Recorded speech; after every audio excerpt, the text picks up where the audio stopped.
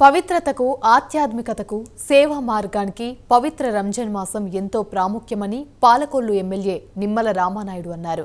రంజాన్ పండుగ సందర్భంగా ముస్లిం సోదరులతో కలిసి ప్రత్యేక ప్రార్థనలో పాల్గొన్నారు. ప్రతి ఒక్కరికి రంజాన్ శుభాకాంక్షలు తెలిపారు. రంజాన్ మాసంలో ముస్లిం సోదరులు రోజంతా ఉపవాసంతో ఆధ్యాత్మికంగా మెలుగుతారన్నారు. ముస్లిం షాదీఖానాను పూర్తి స్థాయిలో నిర్మాణం జరిగేలా చూడడంతో పాటు ఇతర నిర్మాణాలకు నా వంతు కృషి చేస్తానని తెలిపారు. తన పట్ల ఎంతో ప్రేమానురాగాలు కనపరిచే ముస్లిం సోదరులకు రుణం తీర్చుకునేలా పనిచేస్తానని హామీనిచ్చారు.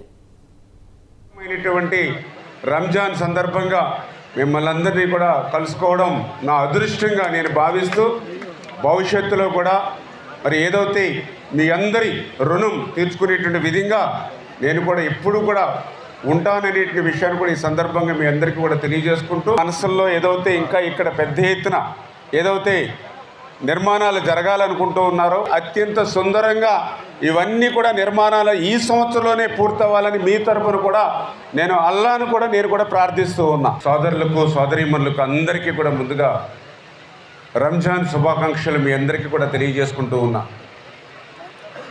అత్యంత పవిత్రమైనటువంటి మాసం యొక్క రంజాన్ మాసం ఏదైతే ఇస్లామిక్ క్యాలెండర్ ప్రకారం 9వ నెల ఏదైతే ఉందో ఆ రంజాన్ ఒక పవిత్రతకు, ఒక ఆధ్యాత్మికతకు, ఒక సేవా దృక్పథానికి ఒక ప్రతీక రంజాన్ అనే విషయం మనందరికీ తెలుసు.